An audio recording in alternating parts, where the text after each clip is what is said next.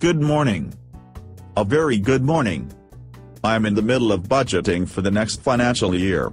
I have a big list of projects to do. I do not know how to prioritize them. Where should I start?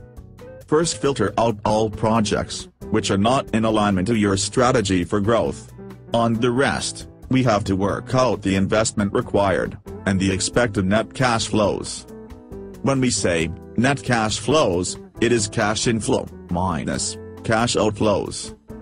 Then, calculate the net present value, benefit cost ratio, payback period and the internal rate of return, IRR. Go after those projects whose NPV is the highest and the payback period is the shortest. That is superb.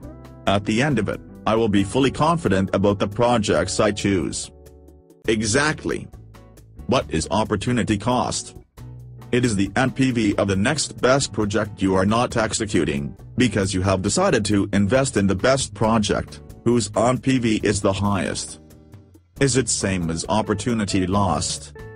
If you have only limited money with you, you can buy either the luxury car or the house. The NPV of the next best project which you are not doing is the opportunity cost. That is nice. It is not as difficult as I thought. I forgot to ask you this. What is time value of money? Whatever you can buy with $1 today, you will not be able to buy with $1 after a year. This is the underlying theme of time value of money. How is NPV calculated? First, you work out the investment required and the future cash flows. Then, convert the future cash flows into the present value by applying the future value formula. Add up all the present values of the future cash flows, and subtract the initial investment from it. That will give you the net present value.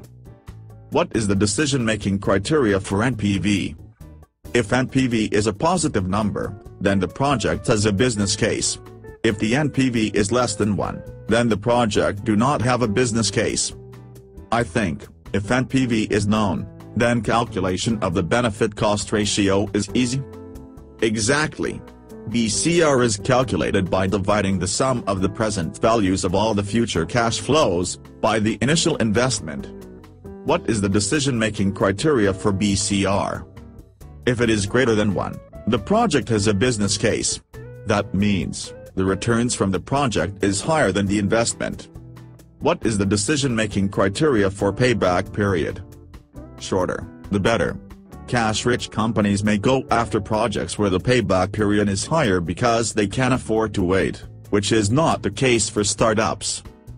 There is one more ratio called internal rate of return, which is calculated by trial and error.